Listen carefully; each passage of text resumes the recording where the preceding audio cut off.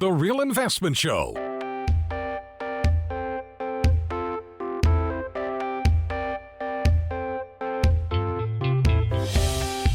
All right, so it's been a pretty depressing conversation this morning. But the takeaway is this, is that, look, there's lots of reasons to be bearish on your outlook, and that's fine. There's nothing wrong with it. But, don't manage your portfolio based on things that may be very far off into the future. As we talked about before, trying to avoid a problem can wind up costing you more problems than the problem itself, right? And, more money is lost in the markets trying to avoid a bear market than actually being in the bear market. So just be cautious here. Just take everything for what it is, factor it into the thought process. When you talk to your financial planner, say, these are the things I'm worried about. Let's factor in some protections for that in terms of allocation and those type of things.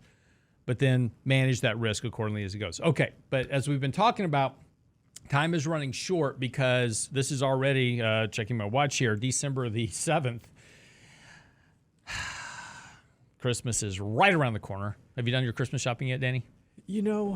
We've done a little better than usual. I feel like we're a little bit ahead of the ball here. I want to give you some words of encouragement. Okay. I'm going to give you something to look forward to. As your kids get older, right, now that my kids are, 16, 17, 18, 19, 20, right, it becomes very easy to shop for them. Basically, it's online, AirPods, boom, done. Yeah. So, it's a whole lot easier to shop as they get older. Yeah, it's tough because they're all so different in my household, and so they're all different stages and want similar things, but also their own things. And so we're whittling our list down. Yeah. My son, though, like each one has their love language, right? I mean, I'm sure you've seen that with your kids. Yeah. They're all different. And my middle one, he is certainly the gift kid. And so last night, and Michelle, if y'all are listening, this would be a time to cut it off. Last night, she comes to me and says, hey, FYI, James really wants to get you a Nolan Ryan baseball. Well, just so happens, went to church on Sunday, went to the mall. First time I've been in years. I highly discourage you from attending this event. Do not go to the mall. It is terrible. We started off early. We left. It was bad. But we went to a sports store. And I have this Nolan Ryan jersey in the house, in my office that was framed. I met Nolan Ryan years ago, actually had him sign, put some additional stuff on there. So, growing up, Nolan Ryan was the man. And so... Yeah, for most people listening to the audience, Nolan Ryan was a baseball player. Hey, man, the guy played for like 30 years. Everybody knows Nolan Ryan. And he didn't play just here, right? And he now he played makes in New steaks. York. He played all over the place. Yeah.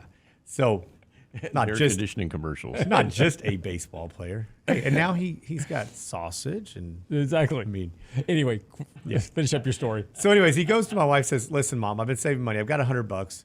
I found a baseball. We went to the store. I guess it was like, and he recognized, he's 8 years old. He recognized it was $270, which is way more than I'm going to spend on you, buddy. So, but he said, hey, Mom, I've got $100 I've set aside to buy some Christmas stuff. I want to get Dad this baseball. Will you buy the other 170? And she's like, what do I tell him? I was like, tell him no.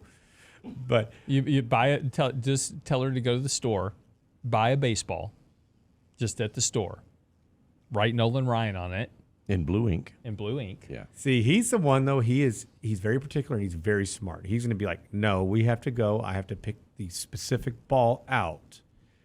And which is crazy because just say I found it online for $100 or $50 or $25 or whatever. Yeah. Help the kid out, right? I'm just trying to help you out so he can give you a gift that will mean a lot to you. Yeah. Because he did this. Well, yesterday he traded some cards for like an old Astro, Billy Hatcher from like the 1980s. He's like, hey, Dad, look at this cool card I got. And I'm like, how'd you get that? Well, I traded for you. I'm like, man, thanks, buddy. Wow. Yeah. I'm like, hey, don't trade stuff that means something to you. I mean, I've got all I need, like, thank you. But that's pretty sweet. cool. It's a very sweet kid. Good kid. That's Yeah. Keep him, get rid of the other two. No, they're good. Because as my kids were getting older, my kids, are Taliban, So listen, we're there too. So I've been like, people are at times like, I miss this about my kids. I'll go, hey, I got 3, you can have them. Just, Take all you want. No, my kids are great kids. That'd be another stream of income. Just rent them out. I'm telling you, it could be the case. Just get a job. That's what you're doing, right? Exactly. Oh, man. So anyway, all right. Getting ready for year-end tax planning. Deadlines are creeping up here. We talked about last week, if you're going to do some tax loss harvesting, you need to do that now. So you'll have those gains, those losses on your books offset gains or income, ordinary income for next year. We also talked about if you want to do charitable gift giving, you want to do a donor advised type fund, you need to get that started right away. It takes time to set that up, and we're running out of time because you got to get that done before the end of the year.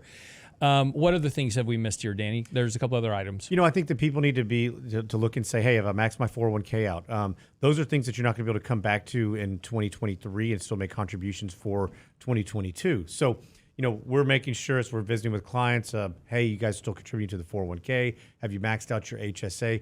You're likely only going to have one more, maybe two more pay periods that you're going to be able to actually do so. So this is an ideal time. Now, I visited with somebody yesterday, Lance, and they have a unique situation with you need to start strategizing how you contribute to your 401k because sometimes we max them out way too early and we leave money on the table. Mm-hmm. This particular 401k had the company, I had to reread it a couple times. This company would match. In fact, they would match 50% of the first $1,000 you contribute. Well, so you think, okay, the first $1,000 I contribute altogether. Well, no, it was actually per pay period. Mm-hmm. So you could essentially get $500 a pay period. You're getting paid twice a month. That's $1,000. So you're looking at $12,000 you could potentially leave on the table if you're maxing that out early, which I know a lot of people do. You mentioned, beginning of the year, 401k contributions come back for people who've already maxed that out. They're going in and they're getting rid of that very quickly. They may be putting quite a bit of their paycheck into it. And first several months or first half of the year, they may be done. Yeah. Well, sometimes you can leave quite a bit on the table. So start strategizing, thinking about that. But number one, right now, specifically over the next 3 weeks, and really you probably need to start today, you need to make sure that you understand if you have any bandwidth to put some more funds aside. I would do so. Look at the HSA. If you've not contributed to that, don't touch it. Put the funds in. Let those funds grow. I would go there, assuming you've already met your match at what they're going to give you at work. And you had a little bit more to go somewhere. Over 401k, HSA, health savings account. Go to the health savings account. You can't contribute a ton, but that's the only the only account that's going to give you that triple tax benefit. So a great tool to utilize. Try not to spend it. Lance, one thing that we hear all the time is that, well, I use it on a regular basis, people that are working. Yeah. And we confuse it so often with that flexible spending account that you have to spend and use each and every year. This one you don't. You can roll those funds. You can use them. I would grow that account because we know what the numbers are. In retirement, it's astronomical. For a couple of 65, you're looking at over $300,000 in medical expenses.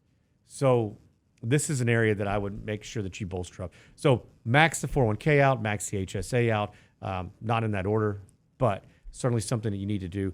And then, your contributions for IRAs, you're still going to be able to continue to do that. But Roth conversions, if you're looking to do so, I would get the ball rolling now. One thing that we are seeing is that we get towards the end of the year, we're already seeing that some of these investment firms, I'm not going to say they're running on skeleton crews, but things are changing. We've seen a lot of mergers occur. Service has slowed down in some areas.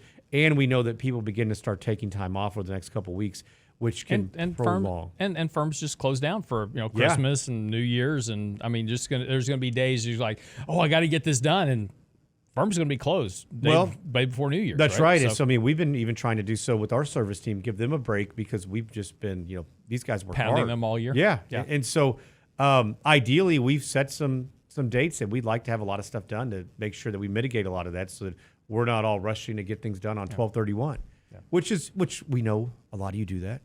Exactly. It's okay. Let's get it done early though. Let's not have to worry about that. For you guys, go ahead and knock these things off. Check that list. But keep in mind, so the conversions are really big right now. The maxing the accounts out are very big at the moment. But you can still contribute to the IRAs in 2023. So you may get a little bit better idea as far as what the income looks like and what you can and can't do. So you make sure that you can take a deduction or you can even contribute to like a Roth IRA. And again, like we talked about last week, if you want to do donor advised fund, that takes a little time to set up with a custodian, but that's a great way And that's to. a 12/31 day too. That's a 12/31 day, but that takes a week or so to set up. And again, this is now the first week of December is now behind us, so 3 weeks to go. But donor advised funds are great ways to move assets and get a tax deduction for that. Gifting, of course, you can gift stock as a charitable donation. So like if you tithe cash to your church out of your pocket, maybe think about taking a stock that hasn't been performing well for you, make that a charitable donation to your church. And that's stuff you just need to get done. Well, it's been performing well, because that way you avoid the capital gains, right? Yeah, true. I would rather you donate something that's done very well, take that off of your plate. You're not going to pay those income taxes on it, and gift that to the church or to the other charity that you have in mind. So that's another really good point. RMDs, required minimum distributions, will have to be done. So qualified charitable distributions. If you're over 72, you're making charitable contributions, you can do that through the RMD.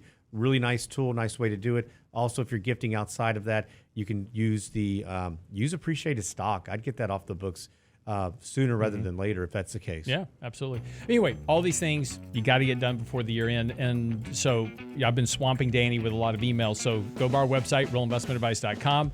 And there's ask a question at the top. Just say, hey, I want to set up a donor advised fund, or I want to do some charitable gifting. I need some help, whatever. Danny will answer every one of them within 5 minutes. So as soon as you email it, he'll be right back to you. Probably not, but he will take care of you. Our whole team will. So we'll make sure you get your questions answered. Get by the website, realinvestmentadvice.com.